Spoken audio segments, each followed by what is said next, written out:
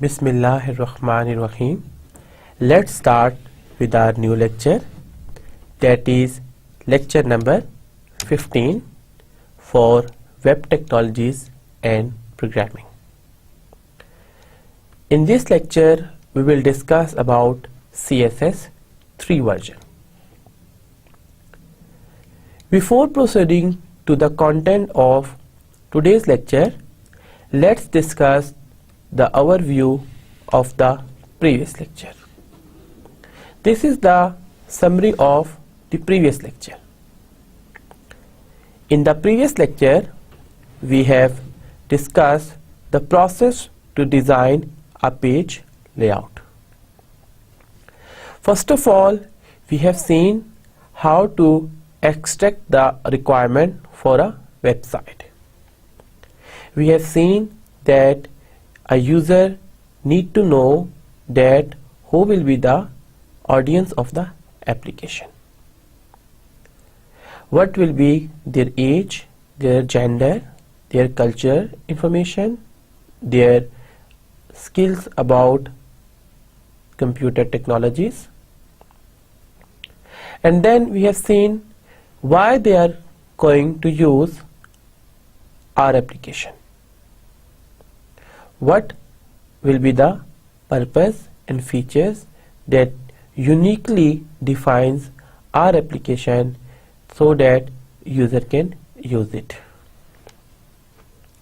Then we have seen the different factors with respect to user timings, like when user is going to use our application, so that if we want to modify or update our application, we can do it accordingly.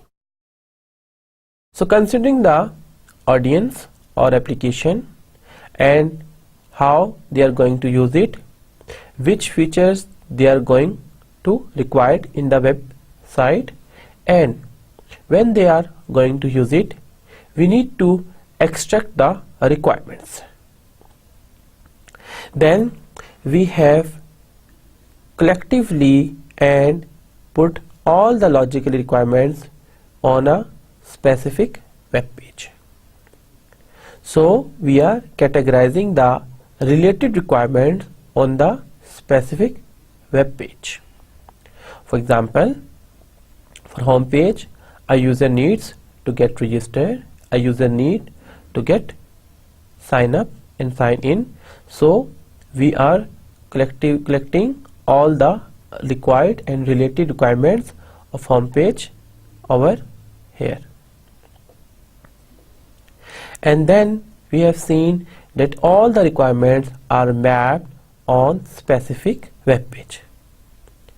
For this, we have discussed a scenario of a mini social web, and we have mapped all the requirements accordingly for the pages of home, users, and accordingly. Then we have seen the different key elements for each web page. We have seen there are two major sections for a web page. The first one is the generic section. The generic section are the section that will be displayed on all the web pages. And then we have seen the specific section that will be displayed for specific web page. The generic section includes the header, logo and footer information in our previous lecture example, whereas for a user page, the specific user section includes send message, receive message, and compose message screen for the user. Then moving onwards, we have seen there are three different ways for translating a design into code. So we need to know how to lay out a web page. The first one is liquid versus fixed design. When we can give the values height and width value in percentage, then it is said to be a liquid design. And when the values can be given in points form in numeric values, then it is said to be fixed design. Proceeding onward, we have discussed in detail the div tag. What is div tag? The div tag basically creates sections, divides a web page into different sections. So why we are creating different sections? In order to make the layout of a web page. We have seen that the journal section, logo, header and footer is created using the div tag. And then we have seen different properties that can be used with the div tag, like the height and width property, and similarly so many others. Proceeding onward, we have seen the div tag for the specific section as well. And then we have seen the div tag is styled with CSS file. And we mention all the div tag attributes with CSS files. And then we have seen with the detailed example and HTML codes and div codes that how they are integrated. Then we have seen how to code the design with different layouts. In the end, we have seen that how we have used different divs for different attributes, like the common form elements like background color, like headings, like background images, like border. So all these elements and the respective properties can be used for particular div as well. Here there is one thing that is specifically highlighted, that don't use too many divs. This created blur, this created mess up for the user to view the information with the usability factors. And in the end, we have seen the positioning and resizing of div. So this is all about that we have discussed in our previous lecture. Now let's see what we are going to address in today's lecture. In today's lecture, first of all, an introduction to cascading style sheet version 3 is given. Then the major properties of CSS3 are highlighted. Then the rounded corners and box shadow detail is given. Then CSS3 transformations for 2D model and 3D model is discussed. And in the end of the lecture, CSS3 media queries are described.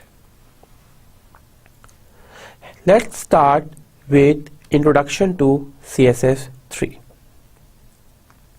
The initial version of CSS3 is drafted in 1999, but the formal official release of CSS3 was made in year 2012. CSS3 is also compatible with CSS2 and CSS1 as well. But CSS3 is presented in two different manners. The two different modules or two different approaches for CSS3 are as the first approach that contains the old CSS as well. The first module of CSS3 which contains the specification for all the old CSS that are compatible with CSS2 and CSS1. It contains all the old CSS tags, but here few tags are removed only. The second module of CSS3 includes full supported module that is compatible with all the new web browser of today's era, like with Google Chrome, with Firefox, with Internet Explorer and so on. Then moving towards that why we need to have CSS. Basically CSS is designed to perform the smaller and faster tasks as compared with other CSS frameworks. So CSS3 performs smaller and faster tasks in an efficient manner. Then we can see that CSS3 is designed in such a way that it is very easy to learn, and also it is very easy to use when compared with CSS2 and CSS1. So CSS3 is convenient for the web page designers to learn and to use in their web pages. CSS3 also provides equality for all the devices. For devices, I mean to say different laptops, personal computers, tablets and mobile. So by using CSS3, you can create a design for a web page that is supported for all the web pages, for all the web devices, for example personal computer device and laptops and smartphones and tablets. So this is said to be a responsive design. A web page that settled its view according to the device is said to have a responsive design. So such design also use the standards of CSS. And CSS3 is also designed in such a way that it supports all the mobile apps which are developed with HTML. So using CSS3, HTML based mobile apps can also be designed in a prominent and convenient manner. Now let's overview what are the modules of CSS3. CSS3 is split into different modules. The key modules and the important modules of the CSS3 are listed below. The first module is selector. The second module is box model. The third module is background and borders. The fourth module is textual effect. The fifth model is 2D and 3D transformations. The sixth model is related with animations. The seventh model is related with multiple columns layout. And the last module is for the user interface.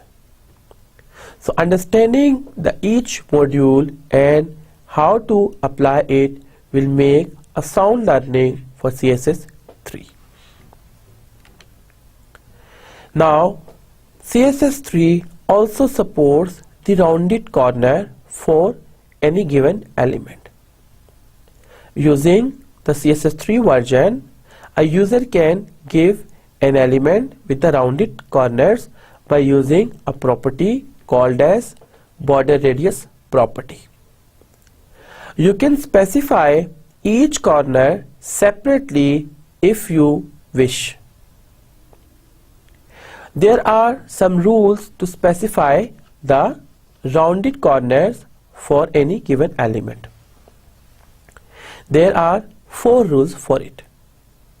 Number 1, if you want to provide 4 values, then this rule should be followed. What is that? The first value always apply to the top left. The second value applies to the top right. Mean first 2 values apply on the top left and top right accordingly, while the third value applies to bottom right and the fourth value applies to bottom left corner. So first 2 values are for top, left and right, and the second 2 values are for bottom, right and left. So in this way you can give the rounded corner for a particular shape. The second rule, that is of 3 values.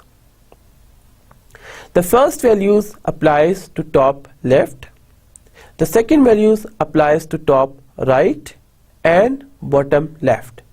So here it means first value is only for top left, while second value is same for top right and bottom left, while the third values only apply to the bottom right. And the third rule is, if two values are, then the first value will be applied on the top left and bottom right, while the second value is applied to top right and bottom left corner. So if there is only one value, that is the fourth row, all four corners are rounded equally with equal values.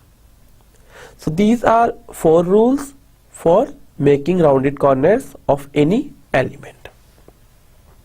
Now let's see the example with code of all the scenarios. If you do consider the first shape, so here the first shape has four values.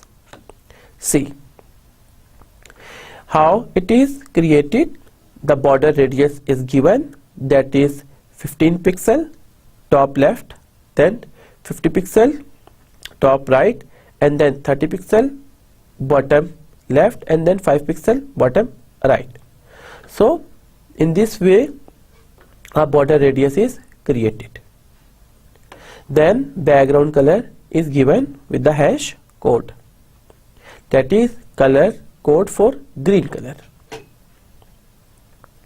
Then the next is padding. A padding of 20 pixel is given, and then width of 200 pixel, width is in this way, horizontal way given, and then height of 150 pixel is given. So in this way a element of four rounded corners is given in this manner. The next is three values border radius. So here the first value is top left, the second value is same for top right and bottom left, so top right and bottom left has same value, and the last bottom right has a different value. Again the background will have the same green color hash code. Then a padding of 20 pixel is applied, and then a width of 200 pixel and height of 150 pixel is given. Now moving onward, the two value border radius. So for two value border radius, the top left and top right values are for 15 pixel, and top left and bottom right are same, and bottom left and top right are same accordingly. So the background color is given for the green, and then padding of 20 pixel is mentioned, and then the width is 200 pixel and height is of 150 pixel. So in this way you can see the clear difference of values and the shapes accordingly. So 4 values will be creating a different shape as compared to 3 values, and 3 values is creating a different shape as compared to 2 values. Now the border image property. CSS3 also supports an image property called as border image property, and this property allows to specify an image to be used instead of normal border around an element. Usually you create a border with lines, but by using border image property you can use an image as a border. So for border image property there are 3 parts of it. The first part is the image is to use as the border. So image will be used as border, simple. The second is where to slice the image, means you want to cut the image, from which location you want to cut the image, this has to be mentioned for the border image property. And the last, define whether the middle section should be repeated or stretched. So in the middle the image will have the repeated values, the repeated clone, or the image will be stretched or expanded. So these are the three properties in order to use border image. The border image property takes an image that you want to use for the border and creates its slices, and there are 9 slices, 9 sections are created.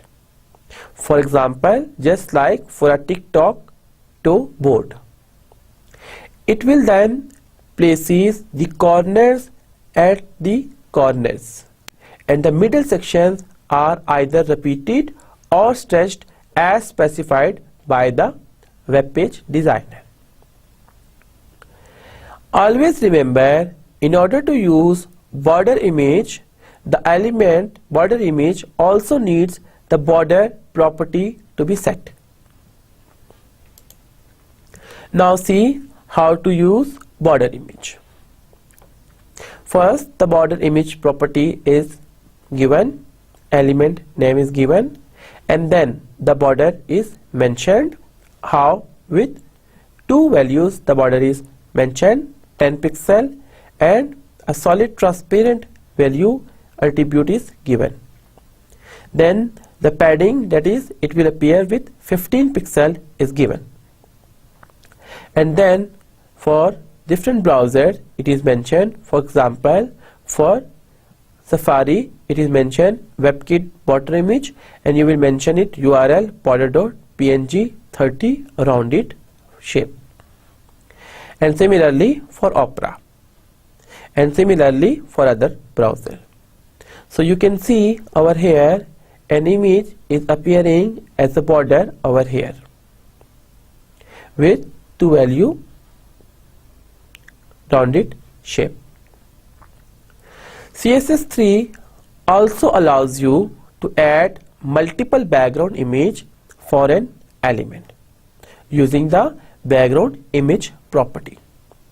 So for an element you can use one or more image for that particular element. How you can use it? Using the background image property. All the different images, when they are used, are separated by comma, and the images which are stacked on the top of each other, so where the first image is closest to the where. So if you want to use different images as a background for a web form element, you can use it. How you can use it? You can use it by using the border image property, and to use it for the multiple image, for each image and for the next image it is separated by comma. And let's suppose you want to use 5 images, and you have placed the first image and then second and then third and then fourth and then fifth. So on the top the fifth is existing, the fifth image lies. So the closest view of the user will be towards the fifth image. Why? Because it exists on the top of all the others. It will have more view. So let's see how it happens. So if you do consider, there are different flowers used. So background image URL1 image flower.gif is used, and then comma, and the second URL paper.gif is used. So this is the flower image, this is the first image, and the second is the paper image, that is you can see on the background image. This appears on the top, and user can have this flower image a closest view. Also the position of the background image is mentioned over here. The position is right bottom or left top. So right bottom and left top, and the second one is that to repeat the image or not. So in this way multiple background images can be used in front of a web element, that is text web element. Now using the CSS3, the background size can also be controlled and managed. The CSS3 property allows you to specify the size of background images. Before CSS3, the size of background image was the actual size of the image. Means when CSS3 was not utilized, was not developed, then whatever the actual size of the image that exists in the computer is displayed accordingly. But using CSS3, you can make an image size large, small, or minimize or extend. And you can extend the size of the image in different context. The size can be mentioned in terms of length, in terms of percentage, or by using any of two keywords, either contain or cover. So you can mention the value of background size for the image in pixel, like given in the example 100 pixel and 80 pixel. This is respectively for the height and width. Similarly, for using contain, you can contain the image completely, and cover, you can cover the image accordingly. The background origin is a property that specifies where the image should be positioned. The property takes three different values. The first value is the border box, the second value is the padding box, and the third value is content box. The border box. The image, background image, starts from the upper left corner of the border. This is the border box. By default, an image has the default padding, and the background image starts from the upper left corner of the padding edge. While for the content box, the image starts from the upper left corner of the content. So let's see an example. Background origin, this is the property, and it is filled with content box. So next, using the CSS3, we can also put different sort of gradients in our web design. What sort of gradients and why they are? Because gradient helps to display the smooth transition between two or more defined colors. So elements with the gradient looks better when they are zoomed, because gradient is generated by the browser. So with the help of gradient of CSS3 attribute, we can create good effects in the web design for the elements. Generally, there are two types of gradient. The first one is the linear gradient, and the second one is the radial gradient. The linear gradient can be controlled in terms of down, up, left, right, and diagonal, while the radial gradient is defaultly mentioned by center. Now the first gradient, that is the linear gradient. To create a linear gradient with CSS, you must define at least two color stops. Color stops are basically the colors you want to render for smooth transition among. So these should be two different colors. You can also set a starting point and the direction or angle along with the gradient effect. So you can mention different angles as well in addition with the linear gradient. So what is the syntax? You write background, then you specify which type of gradient it is.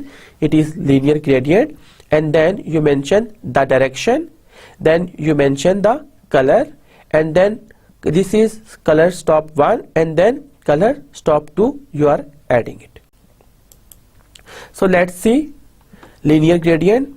The first category of linear gradient is from top to bottom.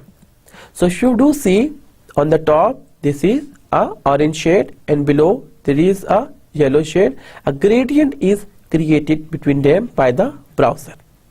How to write gradient for top to bottom? See, background is given red, the red shade, and then for browser that do not support gradient, it is just a comment. By default the red color will be supported. Then for example, if we do consider for the Firefox, Mozilla Firefox, linear gradient is mentioned and red and yellow. Gradient is given with semicolon ending. So in this way we have to mention the browser name, the gradient category, and then we have mentioned the both colors top. And this is top to bottom gradient. Now for left to right gradient. The default background for left to right gradient is red. And if you do consider over here for Safari, we have mentioned the WebKit linear gradient and then left, then right, and then yellow. While for Opera we have mentioned O linear gradient, Opera, O for Opera, and then right side and then red and yellow. Whereas in case of Firefox, Mozilla, we have to mention the Firefox and then gradient category linear and then right and red and yellow. So for standard syntax we have to know about the type of the browser, then linear gradient, and either it is to right or to left, and then the color stop 1 and color stop 2. So in this way this is the left to right linear gradient. Now diagonal linear gradient.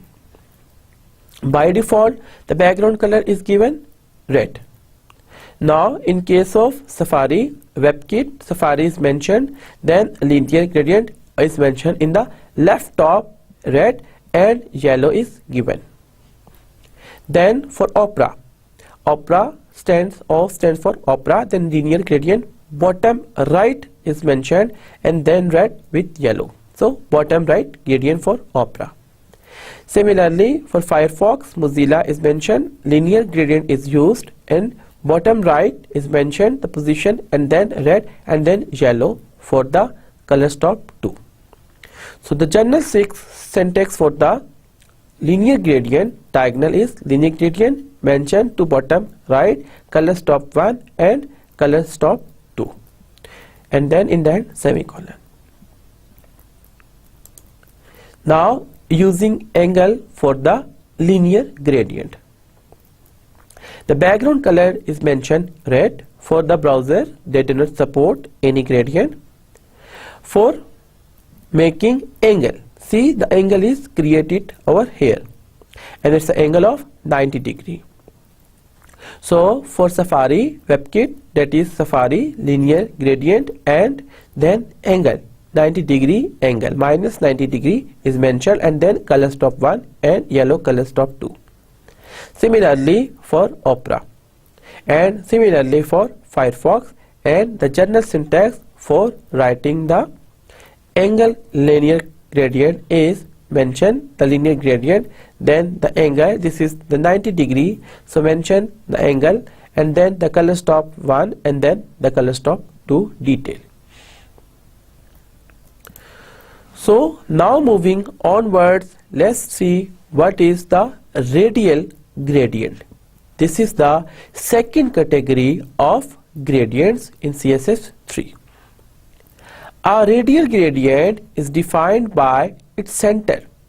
Considering the center, we will say its radial gradient.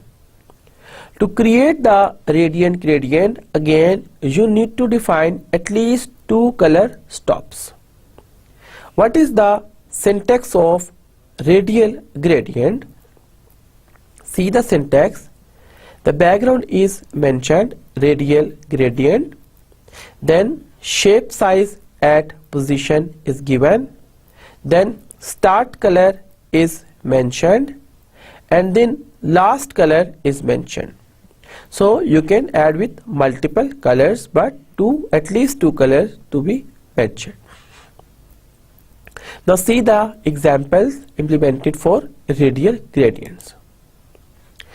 The first radial gradient is evenly spaced color stops. Evenly spaced color stop means all colors are equally distributed when there is a radial gradient.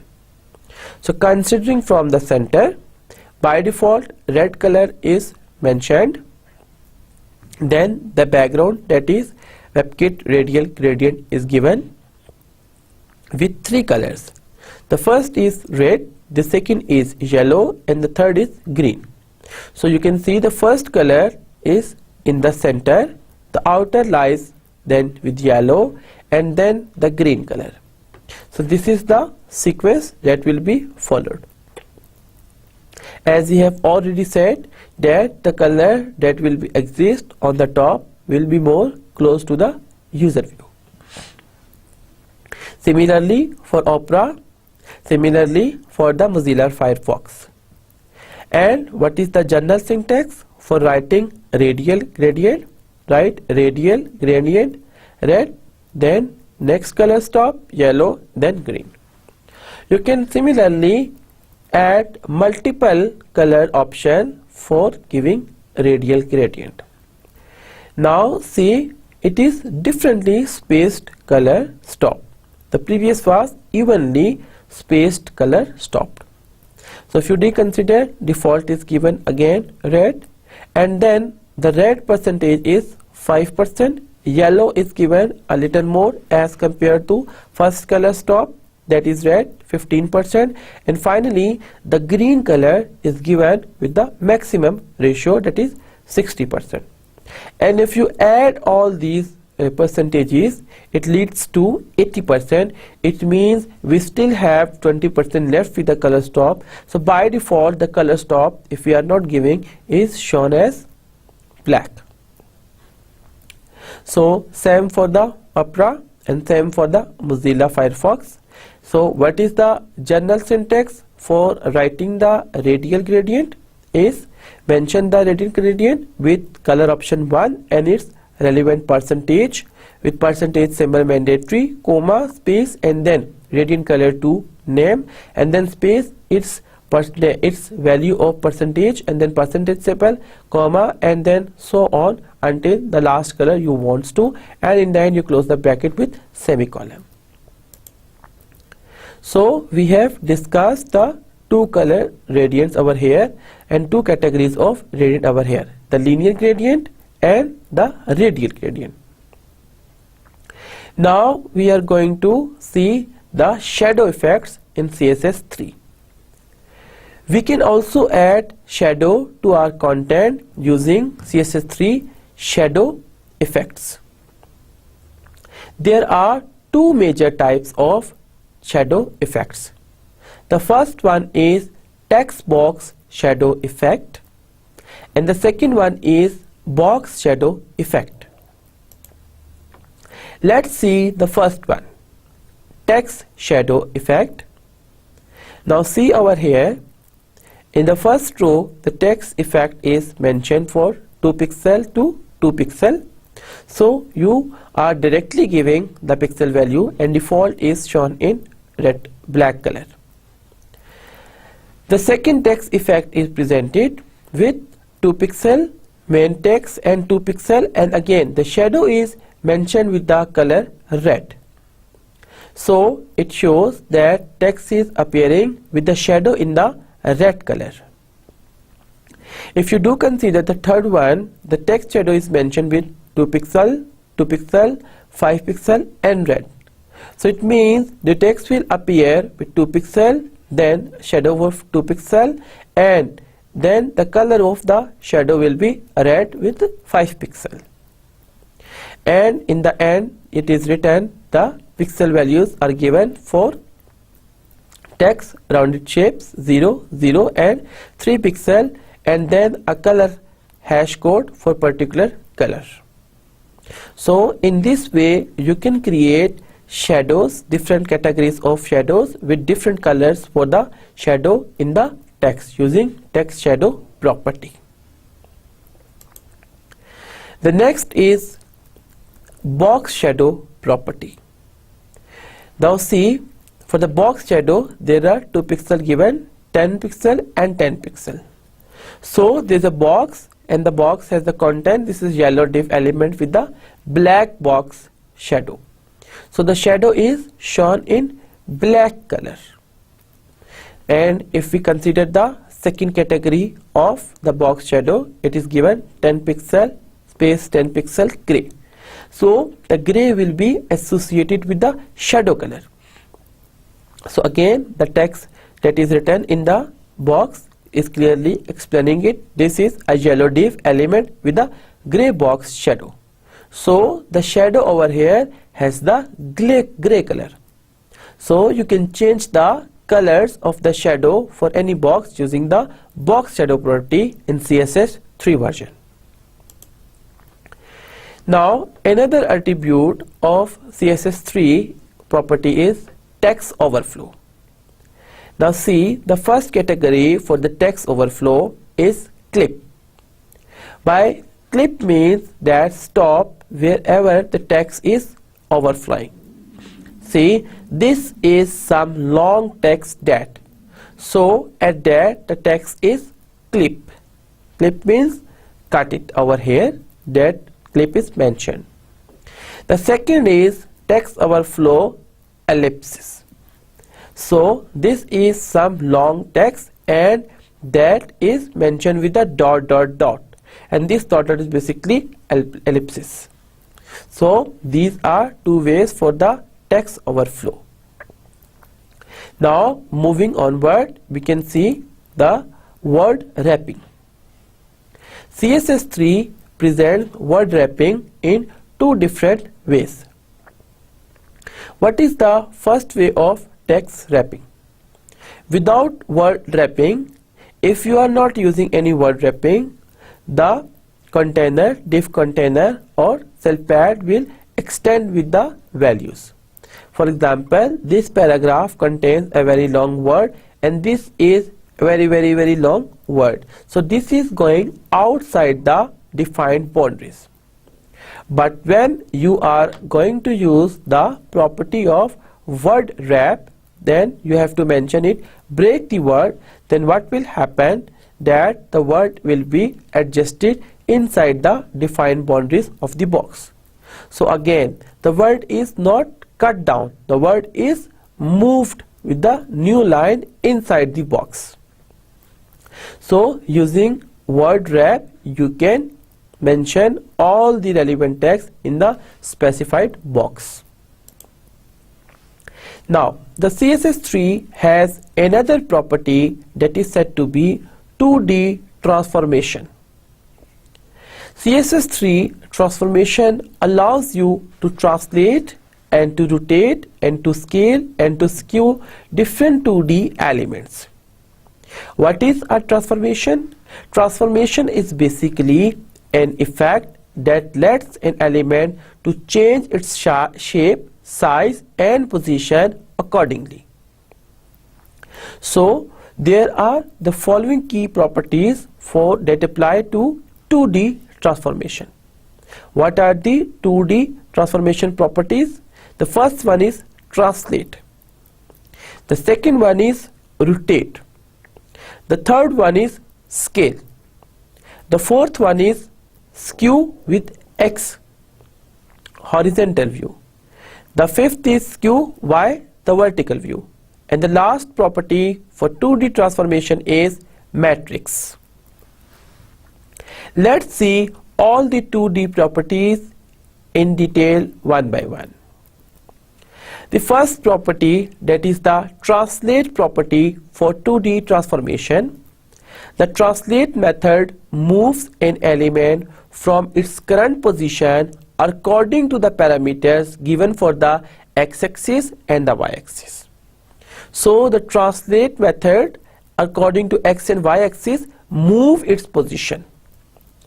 So see, here it is mentioned ms-transform property is given, and then the translate attribute is mentioned, and then x-axis attribute 50 pixel, and then y-axis 100 pixel is mentioned, and semicolon is closed. So see, the shape is here in the original it is shown with the original word and orange color.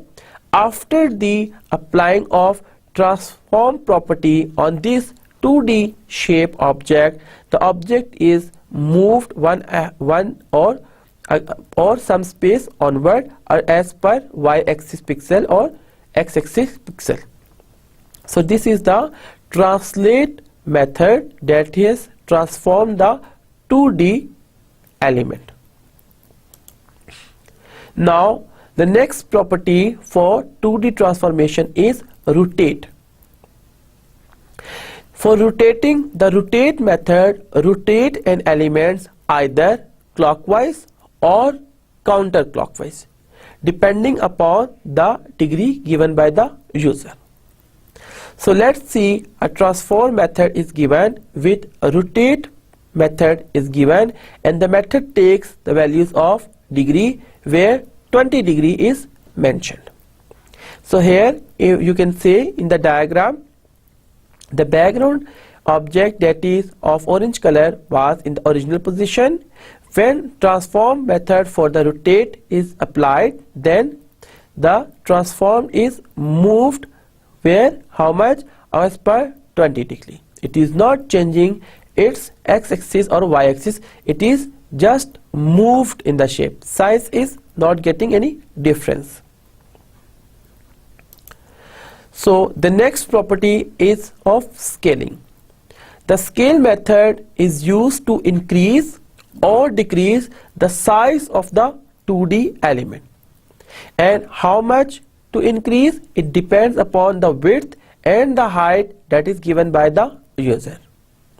So let's see in example that after applying the transform scale method, which takes an width of 2 and height of 3, the original image that we have seen in the back slides, let's see in the back slide, this one, the original image, this is transformed and the width is 2 and the height is 3. It is transformed, so it is increased in this view.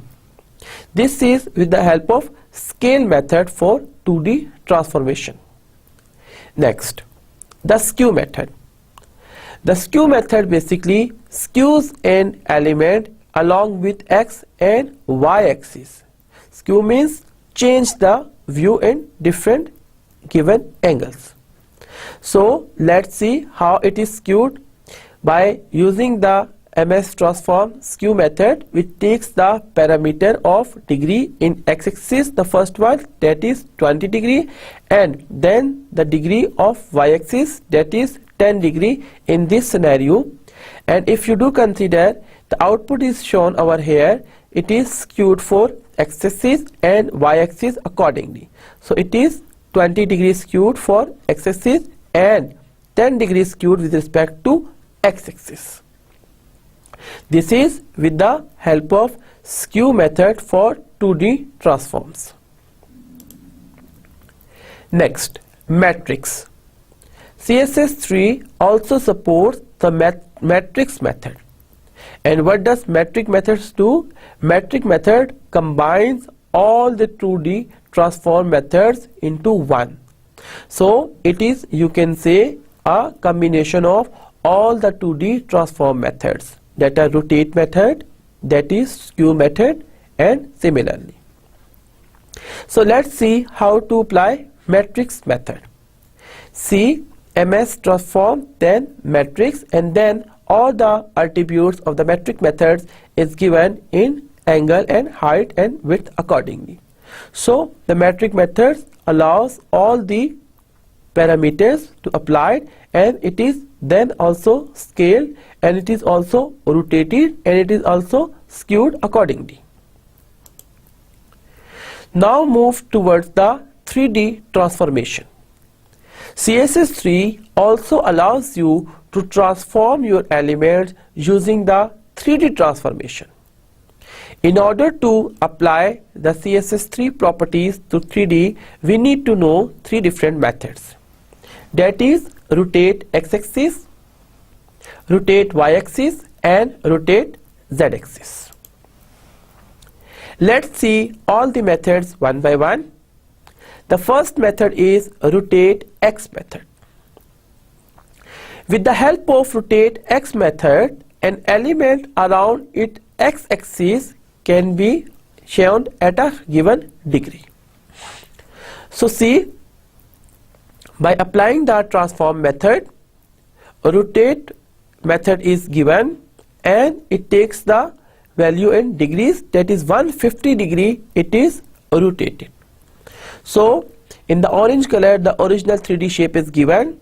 When transform rotate X method is applied, it is transformed to 150 degrees onward accordingly. The next is rotate Y method. The rotate Y method rotates an element around its y-axis at a given degree. So using the rotate Y method, you can transform a 3D element in y-axis. See how it is implemented. Transform, then rotate Y, it takes the value in angle form, 130 angle value is given and the original shape is given in the orange color. When applied with the transform rotate Y method, it is shifted to 130 degree, which is shown with the red box. The next, CSS3 media queries. Before knowing what is media query, please keep in mind in CSS2 media property made it possible to define different style rules for different types of media. For example, you can set a style of rule for computer screen, another rule for printers, another rule for smartphone, another rule for different tablets, and similarly for television, and so on as many devices as you want. Media queries are basically used to check many things. Number one, they are used to check width and height of the viewport. The second one is media queries are used to check width and height of the actual device. The third one is orientation. Media query checks that the orientation should be in the landscape view, that is horizontal view, or in the portrait mode, that is the vertical mode, according to the tablet or smartphone. And the media query also checks about the resolution of the device. So what is a media query? Media query basically consists of media types, and that media types contain one or more expressions, and these expressions are used to resolve either a return of true or false. Let's see how media queries are written. This is the standard syntax for writing media queries. @media. Here you are going to mention one option, not or only. Then you have to mention the media type. What is the media type? You have to write, and then the expression that is contained by the media query. And in the bracket you will write the CSS code for that particular media type. So what will be the result of the media queries? If the media query is set true for the specified media type, then it will match according to the type of the device, and the document is displayed on an expression in the media query are true. Let's suppose आपने एक media type के अंदर device जो है वो आपने एक smartphone को मेंशन कर दिया. सो मीडिया क्यूरी चेक करेगी उस स्मार्टफोन के अगेंस्ट अपनी रेलिवेंट डिस्प्ले के कोऑर्डिनेट्स को, और आपके एक्सप्रेशन को ट्रू होना चाहिए, तो रिजल्ट में वो अपना डिस्प्ले प्रोवाइड कर देगी उस स्मार्टफोन पे. If the media query is true and the corresponding style sheet or style rules are applied, then the normal cascading rules are also applied on it. And if you are not or using any operator, or if you are using not for the media query, the media is optional and all the type will be implied and accordingly for the all media devices. So we can have different style sheets for different screen types depending upon the devices. So we can specify this condition in the link tag so that we can associate our external style sheet. How? Let's see. Media equals to media type. You will mention the media type, and then you will mention and, or not, or only. You will mention one of the choice from these options, and then you will mention the expression for that particular media query. For example, ring relation is style sheet, and then reference that particular in external CSS, that is sample.css. So now see what are the media types. These are the values for the media types. If you are giving media type value all, it means used for all type of devices. If you are given the value with print, it means you use for only printers. If you are giving the media type screen, it means it is used for computer screens, tablets and smartphones majorly. And if you are giving the media type speech, then it is used for screen reader that reads the page loudly. So depending upon the media type, you can give the option of particular and, not and only, and the relevant expressions accordingly. So what we have studied in today's lecture, let's summarize it. First, we have seen an introduction to CSS3. We have seen that CSS3 was launched in 1999 as a drafted version, and it is properly released in 2012 as a formal version. And CSS3 adds an extra dimension with respect to CSS1 and CSS2. And we have seen that CSS3 is compatible with CSS2 as well as with CSS1. But we have seen there are two modules for CSS3. The module 1 is concerned with the old version of CSS, and with the old version of CSS you can have all the major tags, but only few tags are removed. The next module that is concerned with CSS3 is the new module for CSS3, in which all the new tags are supported for all the latest web browsers like Chrome, Firefox and so on. Then we have seen there are 9 different modules for the CSS3. The modules are selectors, box borders, backgrounds and borders, text effects, 2D and 3D transformations, animations, multiple columns layout and user interface. Starting from the major, we have seen that using the CSS3 we can give any element a rounded shape. There are 4 different ways to give a rounded shape to any element. The first is using the 4 values. The second is using the 3 values. The third is using the 2 values. And the last is using the 1 value. Then we have seen different CSS3 properties. The first one is border image property. Using the border image property, you can add any image as a border. For that you need to know that from where the image is to be sliced and from where the image is to be positioned. Then we have also seen that we can place multiple images as a background for any web element. So if you want to place multiple images, we have to mention each image and we have to separate them by using the comma. And then we have discussed that the image that is on the top of the stack will have the more closest view.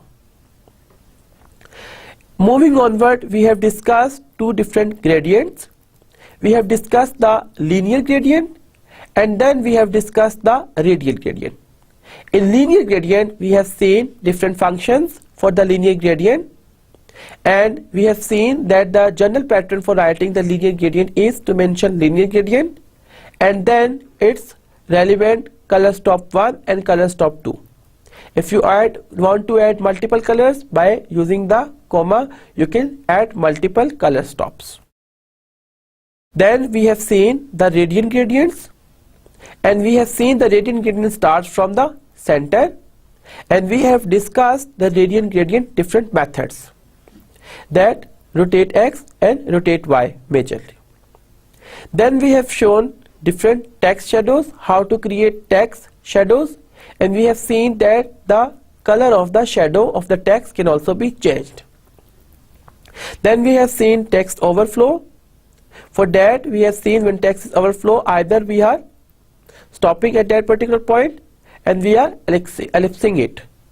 And then we have seen word wrap. If we are not using that, the word is extended from the box, and if we are using it, it is contained in that particular boundary. And in the end we have seen the CSS3 2D transformation, where we have seen 4 major methods. The translate method, that will specifically take the particular values and translate the shape accordingly. Then the rotate method, that will rotate as per given degrees. And then scale method, which will increase or decrease the size of 2D element. And the skew method, that will also made the impact with respect to X and Y values. Then we have seen the transformation for the 3D, and here we have seen according to the angle the shape is rotated for X axis for rotate X method, and with respective angle given for rotate Y, it is transformed for vertically as per rotate Y method, and similarly it can be applied for rotate Z method using the giving the required number of angle value. In the end we have seen the media queries that are applied for different types of media, and there are different options for the media values that are selected as per the devices, and there are different values for the media types are also mentioned in the last table. So this is all about that we have discussed in today's lecture. Thank you for today's lecture.